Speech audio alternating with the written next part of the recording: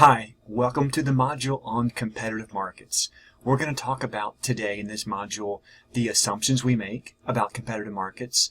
We're also going to discuss why we even care about competitive markets, what inferences we can make about the real world from studying competitive markets.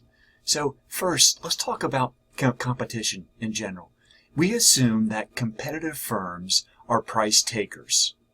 And how do we come up with this price-taking behavior? Well, it comes from the assumptions that we make about competitive markets. And these assumptions include there being a large number of buyers and a large number of sellers. Because there are so many buyers and sellers, no individual seller or no individual buyer for that matter can influence the price. And every firm is selling the identical item.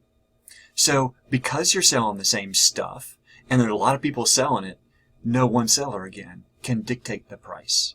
We also believe that buyers and sellers have full information about the markets. Everybody knows everyone else's price. Everybody knows everyone's selling the same thing. Transactions costs finding a trading partner are also low. And finally, we assume in competitive markets that firms can come and go as they please. There is free entry and free exit.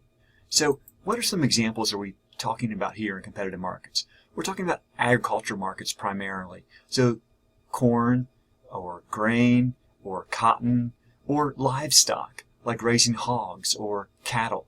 All of these are examples of competitive markets because it checks many of these boxes that there are lots of people buying them, lots of people selling.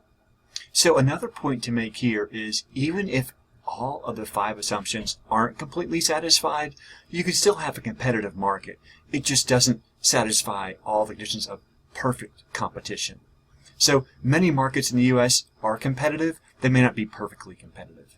So why do we study then perfect competition? It gives us insight into how commodity markets behave, how stock exchanges work, how retail markets work as well, and construction included. The perfectly competitive market then is used as a benchmark to compare how the real world markets work.